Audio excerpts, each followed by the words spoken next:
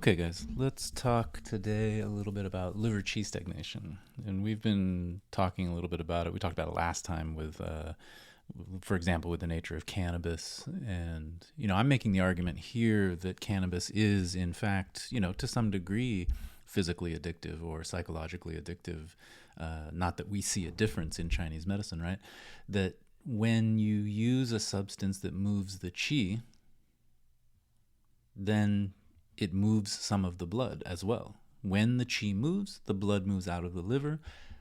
The body uses some of that blood. Then, when the blood retreats back to the liver, where the liver stores the blood, right? So the blood retreats back to the liver. Then you get, there's a little less than you started with because your body used some of that. But remember that the blood is a lubricant, in a sense, for the Qi movement. So the lungs are the engine pushing the Qi around the channels, but the liver is the lubricant that keeps things moving smoothly, right? So then smoke cannabis, drink alcohol, the Qi moves, the blood moves, you use some of it, then it returns, and you have a little bit less than you had before, just a little bit. No big deal in the short term. But in the long term, you keep doing that. In theory, it leads to more and more blood deficiency, which then means that the Qi is more stagnated, which then in theory means that based on your habits, you're going to need to use whatever substance you've been using in order to keep your Qi moving, because your Qi isn't moving naturally on its own. Right? So for those of you who have ever lived with somebody who's basically a stoner, there's a certain thought process at work there that seems incomplete somehow, and it comes down to coping mechanisms. It comes down to all of these things, right? But this just becomes an example. This is an example of something that has become sort of the substance of choice for Qi movement, creating Qi movement. And here's the thing, is that what I'm arguing is that we're all trying to move our Qi. Everything we do is an attempt to move your Qi. Every time you're bored and you look at your phone, you're trying to move stagnant Qi. Right? In a sense, the boredom is the symptom of the stagnant Qi. Every time you flip on Netflix for, no good reason except to relax, well, it's the relaxation sensation is the Qi movement. But I don't know if you ever noticed that you go into the TV show feeling one way and you come out of it, I always come out of it feeling another way. Like I'll go into it, not necessarily noticing that I'm particularly stressed. And then I start watching something and I really relax. I feel relaxed. And then when I flip it off, though, I notice that I have more tension. I'm like more Qi stagnated afterwards. I used to notice this with Facebook, like a long time ago. Look, when I first found out about Facebook, scrolling through it, and then I'd turn it off and I'd feel worse. Any kind of stimulus-seeking behavior is an attempt to move your Qi. Like if I ask a patient, hey, what do you do for fun? And they say, I like to jump out of airplanes. I'm like, then my thing is I'm diagnosing them Qi stagnation right off the bat. It's that thrill-seeking behavior. I get little kids coming into my clinic that will just jump off of the couch for no reason, just fling themselves into space. This is Qi stagnation. We say in pediatrics, we say any kind of stimulus-seeking behavior is an attempt to move Qi. Any kind of attention-getting behavior, mom, that's all Qi stagnation, and they're attempting to move their Qi. You could almost see kids entirely through that lens, in terms of raising kids and the psychology of that. I don't think that there's any difference with adults. It's the same thing is at work here. Okay. So this is what I'm arguing in a sense about cannabis, about, so it kind of starts in childhood. You sort of engage in attention seeking behavior, stimulus seeking behavior as a way to move stagnant Qi. Play. Right? Then the degree to which you're able to do that as a child or not able to do that, or your parents shut that down or whatever the case may be, then you just simply go into your adult life continuing to seek things that will move stagnant Qi. Right? And so as you grow older, those choices change or whatever, but you seek something. And this can be, for a lot of people, the beginnings of addiction behavior, like more serious addiction behavior, right? But I think to some degree, this is seen in a lesser mode in food addiction. And I use the word addiction here in quotes in this case, where this is a lesser addiction. It's not something that we would consider pathological addiction. It's all on a spectrum. So just mild addiction, it's phone addiction, it's media addiction, it's whatever it is. It's text addiction, it's friend addiction, it's relationship addiction. All of these things, whatever it is, man, it's an attempt to move qi. That's what it boils down to. Okay, so with that in mind, then you look at what is liver qi stagnation then, generally. So if you look at like what are the listed symptoms around liver qi stagnation, things like irritability, or so-called vexation, agitation. Vexation is more the irritability kind of anger stuff, and the agitation is more some kind of unsettled sensation in your body that kind of makes you move. Like, I don't, just internally, physically, it's just kind of like you just feel revved up for no good reason, just agitation, right? Okay, how about things like general lability, emotional lability, a word that we probably all learned in acupuncture school. Up and down, up and down, up and down. No consistency, no consistency around your emotions, right? Things like they say depression, anxiety, low energy and fatigue, poor digestion issues, bloating, right? Especially when it's worse with stress. What else is PMS stuff, menstrual cramping, things like insomnia, pain generally, neck pain and headache pain and those kinds of things. Okay, this constitutes a general list of things that we think of with liver qi stagnation, but let's drill down into this a little bit. So you get things like the so-called irritability, general lability.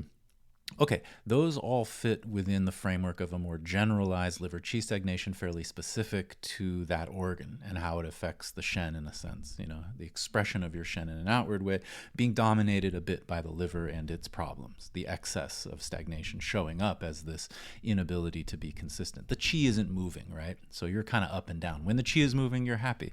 When the qi is not moving, you're annoyed, right? It's this very mild form of like manic depression or something, you know what I mean? It's just this up and down, right?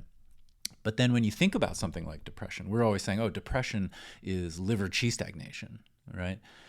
Not technically. Technically, if you think about what depression is technically, it is the failure of the clear yang of the spleen to rise into the mind. Because it's the spleen, it's that clear thinking. The spleen provides clarity of thought, realistic thinking.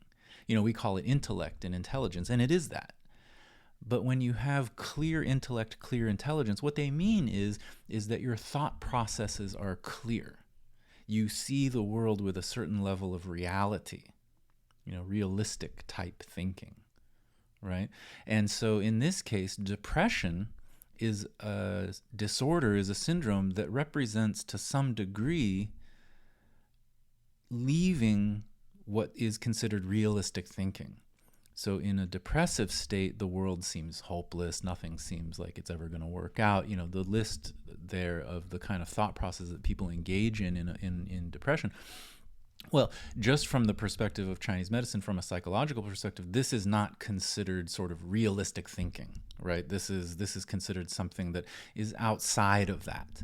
It's a little extreme in its nature. Nothing is ever going to work out. Some things do work out, right? So it's considered something in that's only going in one direction. So it doesn't represent reality in some sense. Okay. So then what we would say then by definition is something is then blocking the clear yang of the spleen from being able to rise into the mind. And maybe the strength of the kidneys is behind that to some degree, right? The strength of the heart qi is behind that to some degree, right? Another definition of depression would be some kind of deficiency of heart qi or heart yang or something like that, right? But where this comes from, this yang, in a sense, is from this clear yang of the spleen, right? Providing that yang, moving upwards to create clear thinking. Okay. So is depression just liver qi stagnation by its nature? It's not. But in this case of liver qi stagnation, it can block the clear yang of the spleen from rising upwards.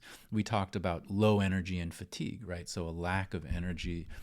And this would be when we say, oh, lack of energy or fatigue is a symptom of liver qi stagnation. Well, what are we talking about here? We're probably talking about liver qi blocking the spleen, poor digestion, meaning that the spleen is not converting food into energy, right? Okay, so that's where the low energy comes from. It's not liver qi stagnation is the low energy. It's the liver qi stagnation blocking other sources of energy generation, right? Okay. So in this case, then, the liver qi stagnation is somehow blocking the clear yang of the spleen from rising upwards. So when you deal with this in the clinic, for example, especially when it's unmedicated, is nice. You can get a really clear look at the pulse, and then you can get a sense of where the pulse is at. Because in some cases, people come in with depression and the pulse is quite wiry and all that kind of stuff. Then, okay, fine.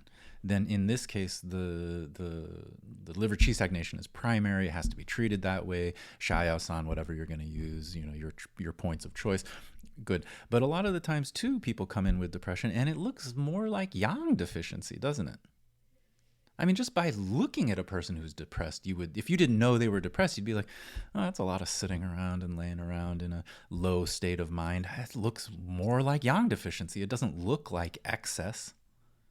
It doesn't look like that, right? So the pulse can be very confirmatory in this case. Confirmatory of excess or confirmatory of more deficiency.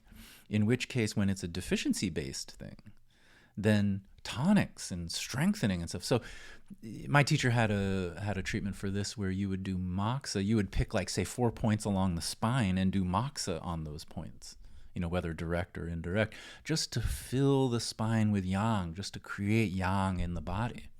You can search around for cold spots in the lower abdomen, anywhere in the abdomen, and when you find cold spots, you warm those spots, direct, indirect, it doesn't matter to me.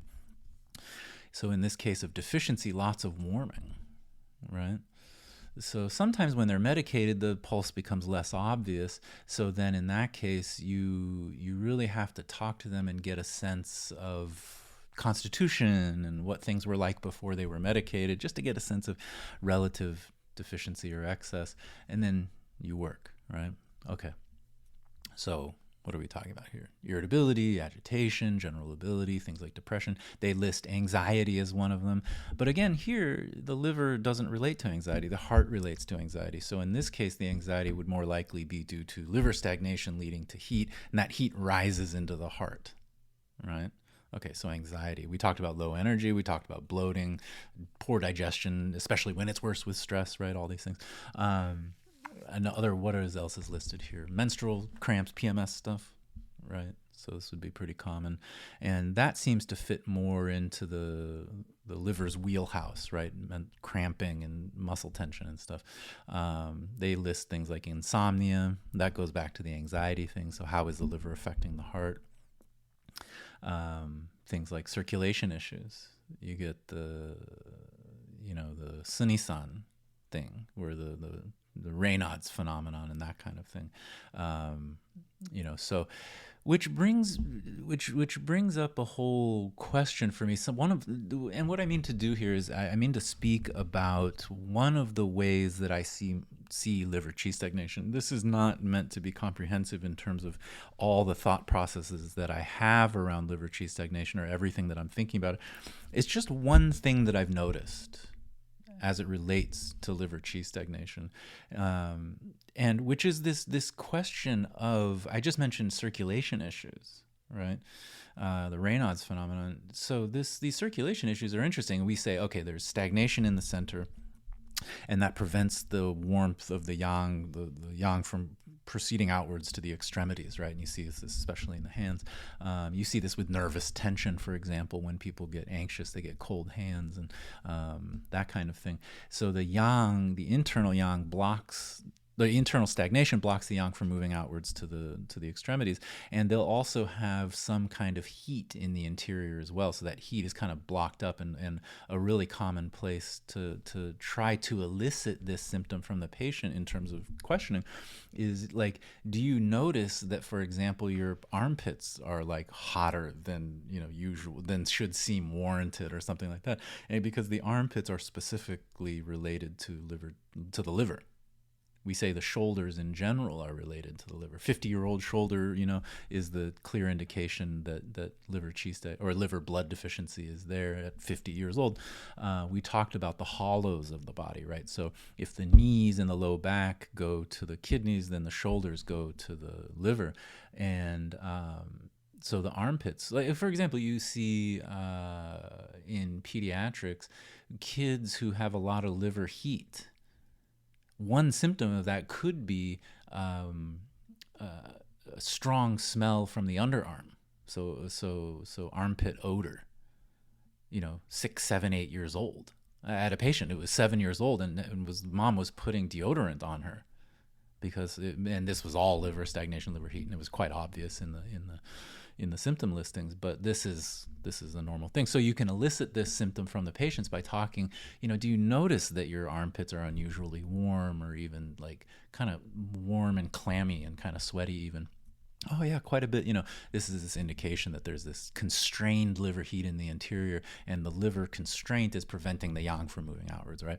But what's interesting here is, like, if you look at the symptom of the Raynaud's phenomenon, where they get the cold and numbness of the fingers, when exposed to small amounts of cold, that what we're talking about here is really kind of constriction of those blood vessels serving the fingers.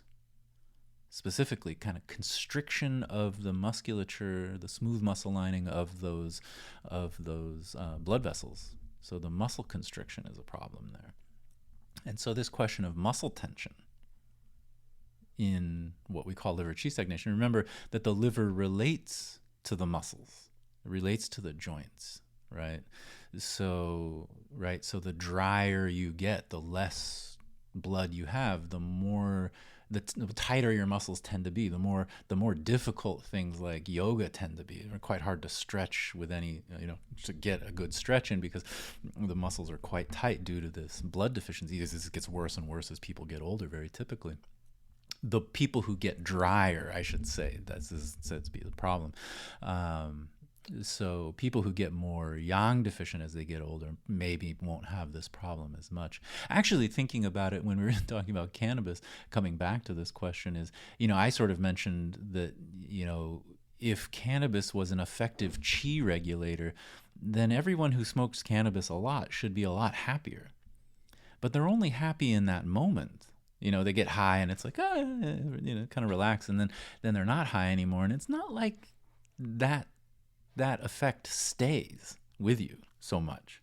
You might have learned something in that situation, but you would have to continue to work to reapply that realization to your life to really get the benefit of it. People don't seem to, keep that thing moving.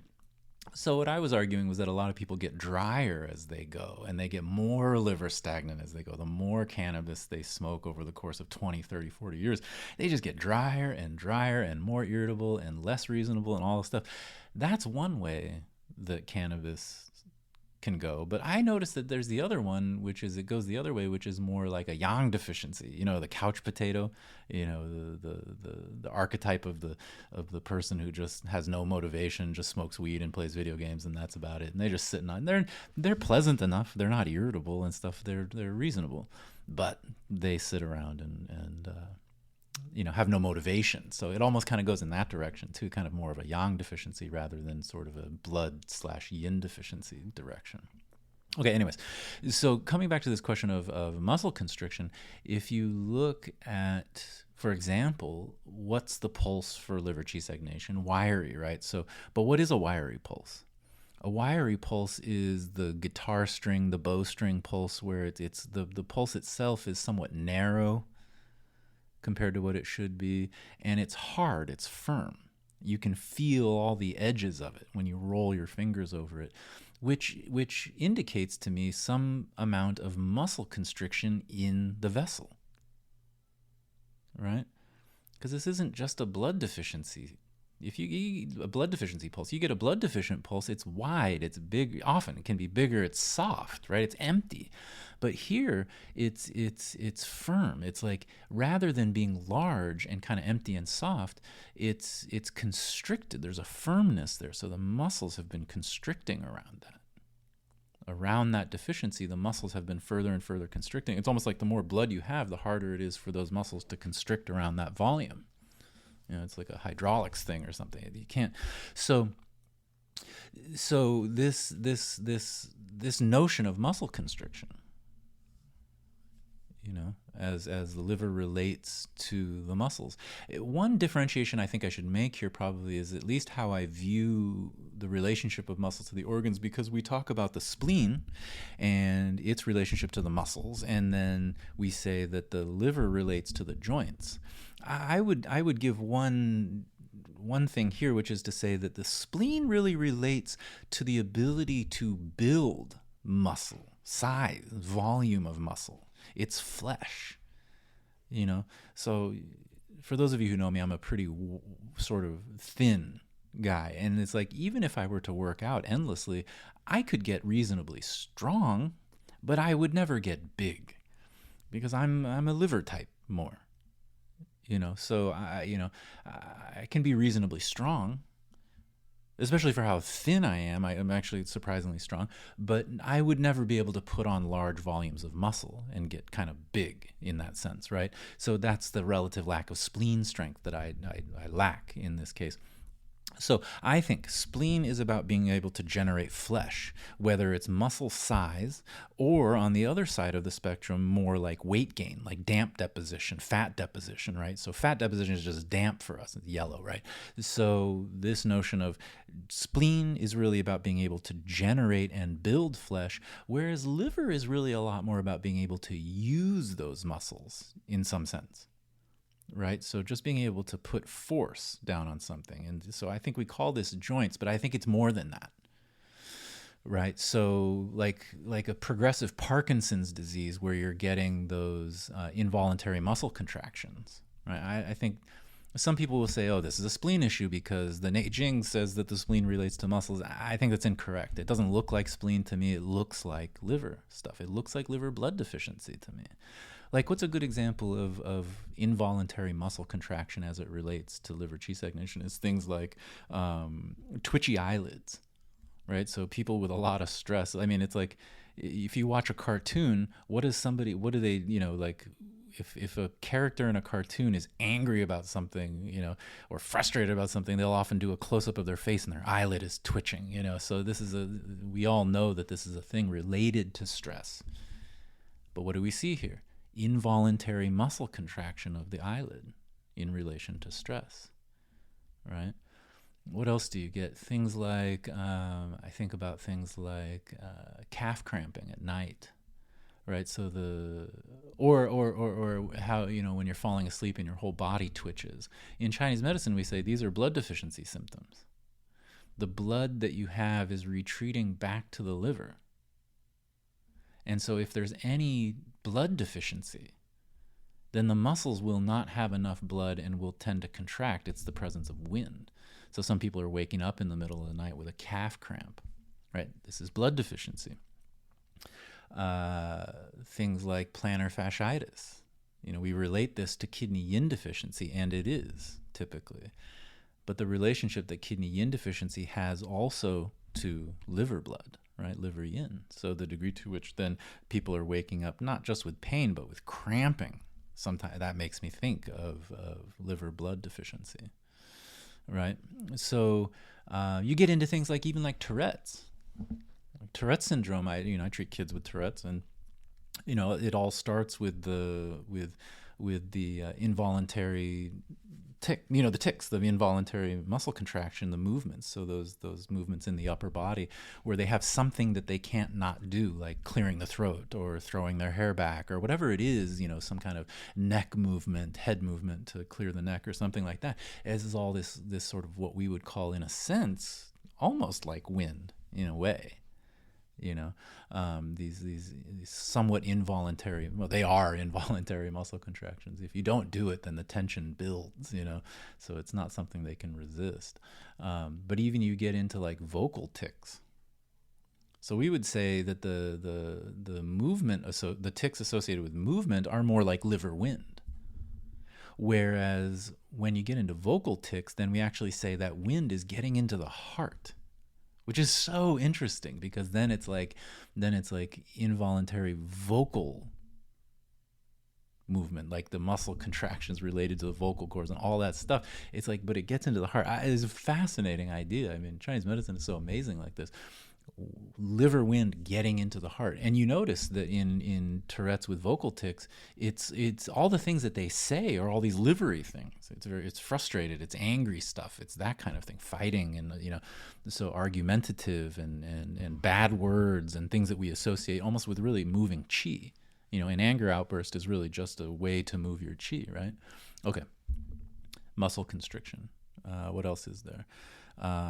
You have things like PMS with menstrual cramping, right? So muscle cramping of the uterus related to liver qi stagnation, right? Because what is PMS?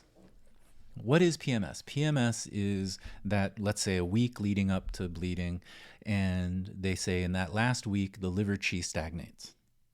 So if you have any liver qi stagnation, the liver qi is stagnating more, you start getting cramping, uterine contraction, pain, even breast tenderness. All of this is muscular contraction, right? Now here's a question for you. Why is the liver qi stagnating for that last week? What purpose is there for that? Why is your body doing that? It's preparing your body for pregnancy, right? Because if you get pregnant, you need the liver qi to stay stagnated so that the baby will stay in. If the qi moves during the pregnancy, you lose the baby. And the kidneys have to provide strength to the liver in order to stay stagnated. So we say, oh, you know, frequent miscarriage is a kidney qi deficiency. And it is.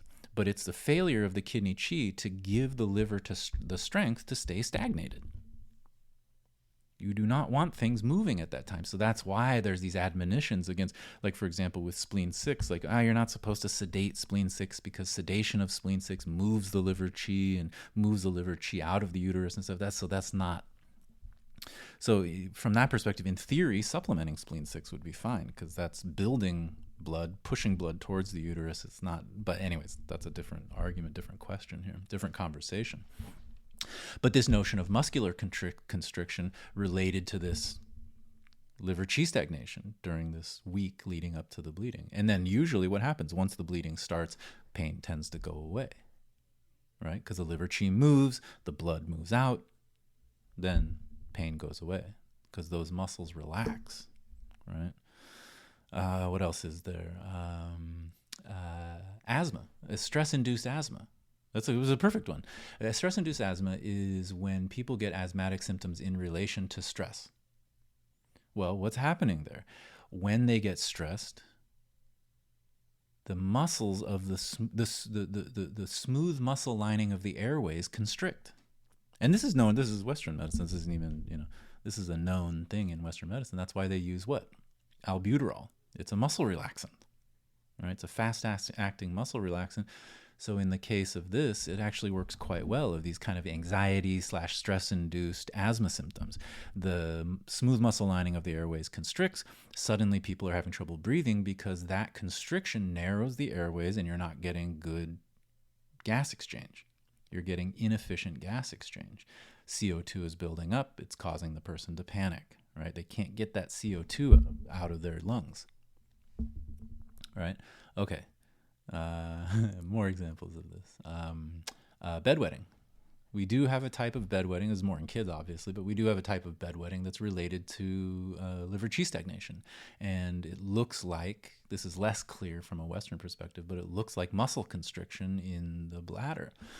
It may be that when they go pee, that they're not fully releasing all of the volume of urine, And this is really common in liver Qi stagnation type kids when their relationship to urination is they don't want to miss what's going on. So they often just clamp it down halfway through and then just come back, or they'll hold it when they don't want to miss anything. And then they'll have an accident all of a sudden. Right. But this is all emotionally driven. They don't want to miss what's going on. Right.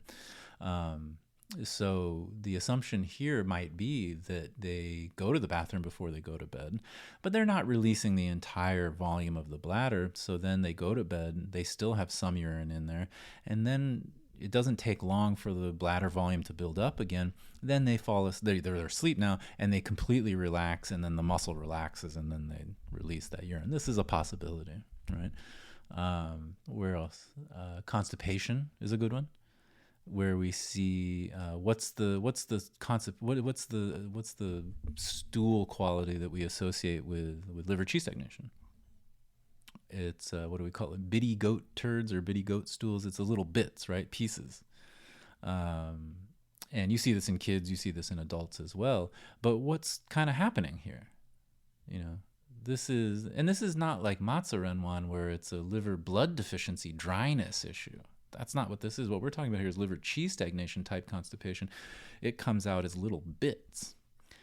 Well, what it is the intestines are shaped, kind of that. If you thought to draw a stool, a human stool, you would make it kind of like parts of it would be narrow, then it would go larger and more narrow and larger and more narrow, and all the sections would connect. Well, it's those little narrow sections is where there's like these kind of muscle bands there, and those are part of the peristalsis effect. And so they kind of clamp down a little bit. So the stool shape is indicative of these small muscle bands that are there. Well, in the case of this liver Qi stagnation type constipation, the assumption there is that those muscle bands are tightening down and actually separating each section of stool from the last and from the forward one. And so now you have these individualized pieces of stool that have been cut off because of these smooth muscle bands. Okay. So then now the stools are coming out in pieces. Okay. What else? Headaches, tension headaches, could be scalp muscle tension. This is less clear, neck muscle tension, but still the notion of a quote unquote tension headache, a strong theorem behind this in Western medicine is that there is a relationship to muscle constriction in this, right?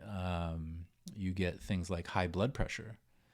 High blood pressure is always liver yang rising. Yeah, but that doesn't really explain it for me. I mean, that, liver yang rising from an integrative perspective, heat, are we talking about inflammation here? I don't know. One thing that does make a lot of sense to me, and it's something that I don't see talked about a lot, but which is the notion of there being muscle constriction of the arteries leaving the heart. It's kind of similar to this asthma question. So that when the muscle constriction of those arteries leaving the heart, then the heart has to push against these narrowed arteries. And then you start getting inflammatory swelling in there. That further narrows the arteries. Then you start getting plaque buildup in there from that inflammation. That further narrows those arteries. So the heart is really working hard. But the notion of liver Qi stagnation, how it's affecting the actual heart muscles, it's a musculature issue to some degree. You see this in, for example, prostatitis, where the musculature around the prostate can actually constrict and lead to problems. The incorrect functioning of the prostate due in part to muscle constriction. Of course, inflammation and all of these things, subclinical, for example, subclinical infectious processes like chlamydia and this and that, all these things, but the muscle constriction question here, right? So this is... I don't know if I can think of anything else. I might have tapped out here. This notion, though, of muscle constriction, muscle dryness, like I was saying in one of the episodes talking about, pressing on the IT band, pressing on the scalenes, when you really get blood deficiency and liver stagnation in there, they'll be firm, hard. And when there's heat, it's painful, right? So that firmness, that dryness of the liver, that Qi stagnation that comes from that, this is all indicative of this Qi stagnation question, right? And so anyways, any other things that I'm thinking about? That might be it. Okay, guys, Take it easy. I will talk to you soon. And as I've been saying, if you have any questions or you want to reach out to me or whatever the case may be, reach out to me. I'd love to hear from you guys. If you'd like to be interviewed or if you have some ideas or something, and I'll flesh it out. But anyways, okay, talk soon, guys. Bye. Lowe's knows how to get you ready for holiday hosting with up to 35% off select home decor. And get up to 35% off select major appliances. Plus, members get free delivery, haul away, basic installation, parts, and a 2-year Lowe's protection plan when you spend $2,500 or more on select LG major appliances. Valid through 10/1. Member offer excludes Massachusetts, Maryland, Wisconsin, New Jersey, and Florida. Installed by independent contractors. Exclusions apply. See Lowe's.com for more details. Your kids could get free or low-cost health coverage from Medicaid or CHIP. Even if you've applied before, they may be eligible now. Kids up to age 19 are covered for checkups, vaccines, dentist visits, hospital care, and more.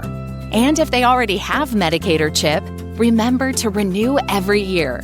Visit insurekidsnow.gov or call 877-KIDS-NOW. Paid for by the U.S. Department of Health and Human Services.